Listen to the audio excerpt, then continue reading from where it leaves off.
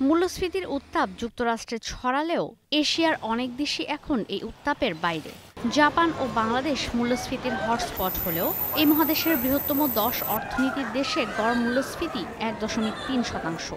সম্প্রতি প্রকাশিত এক প্রতিবেদনে এই তথ্য দিচ্ছে প্রভাবশালী ব্রিটিশ সাময়িকী দ্য ইকোনমিস্ট। মূল্যস্ফীতি কমেছে এশিয়ার শীর্ষ অর্থনীতির দেশ চীন, এমনকি থাইল্যান্ডেও। ফিলিপিন্স সহ এশিয়ার অন্যান্য দেশেও কমেছে জীবনযাত্রার ব্যয়। ভারতে জুলাই মাসে মূল্যস্ফীতি বেড়েছে মাত্র ১.৬%, ২০১৭ সালের পর যা সর্বনিম্ন। দ্য ইকোনমিস্ট বলছে, মূল্যস্ফীতি কমার পেছনের কারিগর মার্কিন প্রেসিডেন্ট ডোনাল্ড ট্রাম্প। মার্কিন শুল্ক কার্যকর হওয়ার আগেই এশিয়ার অনেক দেশের পণ্য রপ্তানি মার্কিন মূল্যে বেড়ে যায়। বাংলাদেশকে বাদ দিয়ে দ্য ইকোনমিস্টের প্রকাশিত প্রতিবেদন বলছে, চাহিদার তুলনায় চীনে অতিরিক্ত সরবরাহ থাকায় মূল্যস্ফীতি কমে গেছে। ২০২২ থেকে চীনের রপ্তানি আয় কিছুটা কমলেও উৎপাদন বাড়ায়, রপ্তানির পরিমাণ বেড়েছে। ফলশ্রুতিতে চীনের সঙ্গে এশিয়ার বাকি উন্নয়নশীল দেশগুলোর বাণিজ্য ঘাটতি দ্বিগুণ হয়েছে। জ্বালানি তেল আর খাদ্যপণ্যের দাম কমেছে। এক্ষেত্রে সহায়ক ভূমিকা রেখেছে জ্বালানি উত্তোলক ও রপ্তানিকারক দেশগুলোর সংগঠন ওপেকের উত্তোলন বাড়ানোর সিদ্ধান্ত।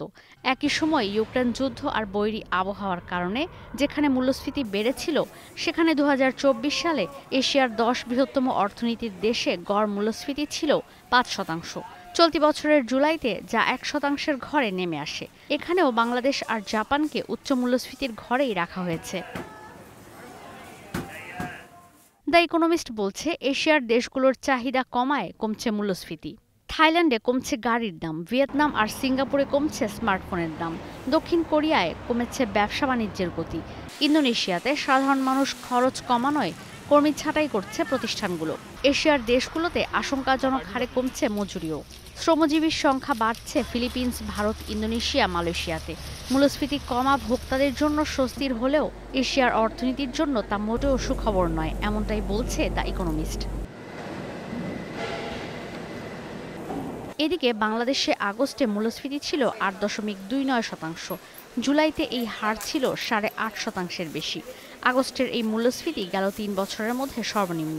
অন্যদিকে জুলাইতে জাপানের মূল্যস্ফীতি ছিল ৩%-এর ওপরে। ঈশিতা ব্রহ্ম, স্টার নিউজ।